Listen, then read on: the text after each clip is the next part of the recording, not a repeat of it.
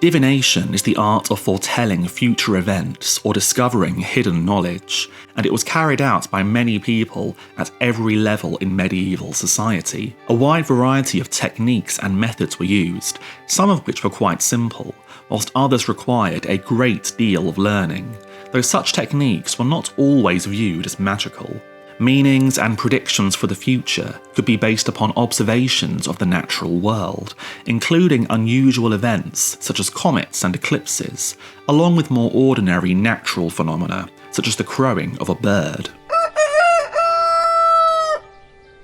One technique, known as geomancy, was an Islamic art of divination based on interpreting patterns made by tossed handfuls of soil or sand, described in a 14th century handbook commissioned by King Richard II, which defends the practice of divination, with complex tables of figures and example questions.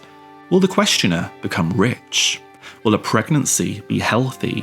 Should a marriage proposal be accepted? The presence of this work in the King's Library shows how much divination influenced people's thinking and choices, from the mundane to the great matters of state.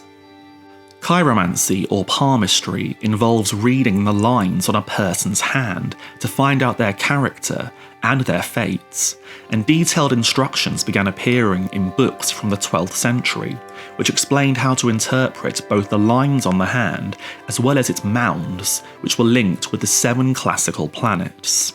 Several handbooks on chiromancy were published, in spite of its eventual censure by the Catholic Church in the 16th century. Dreams were often seen as prophecies, thanks in part to Old Testament dreamers such as Daniel, who interpreted the dreams of others and received visions from God in his own dreams. The medieval Dream Book of Daniel is an alphabetical list of dream images which relate to future events, similar to a modern dream dictionary, and according to this dream book, an image of a woman with long hair in one's dream is a token of strength. Darkness represents sickness, while somebody crying can, quite confusingly, represent great joy.